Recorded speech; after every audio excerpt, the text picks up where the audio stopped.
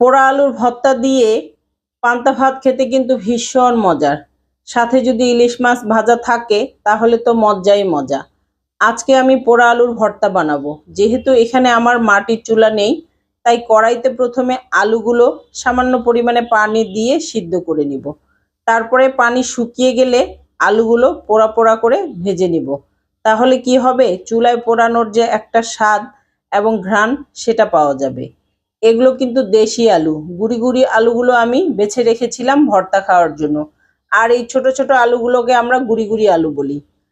এই আলুর ভর্তাটা গুড়ি গুড়ি আলু দিয়ে বানালেই বেশি স্বাদ হয়। ঠিক এই রকমের পোড়া পোড়া করে ভেজে নিতে হবে। আমি ভুলেই গেছিলাম কড়াই থেকে আলুগুলো নামানোর আগে একটা ভিডিও করতে, তাহলে আপনাদের বুঝতে সুবিধা হতো। যাই হোক, এই আলুর ভর্তাটা বানানোর জন্য আমি কাঁচামরিচ, শুকনো মরিচ দুটোই নিয়েছি, আর রসুনের কোয়া এগুলো আমি ভেজে নিয়েছি। এই আলুর ভর্তাতে কিন্তু ভাজা রসুনের কোয়া অবশ্যই দিবেন, তা না হলে কিন্তু আসল স্বাদ পাবেন না।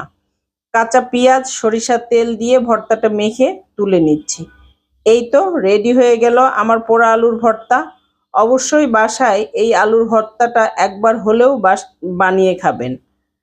চলে যাচ্ছি, দেখা হবে নতুন আরেকটি ভিডিও নিয়ে। সবাই ভালো থাকবেন, সুস্থ থাকবেন।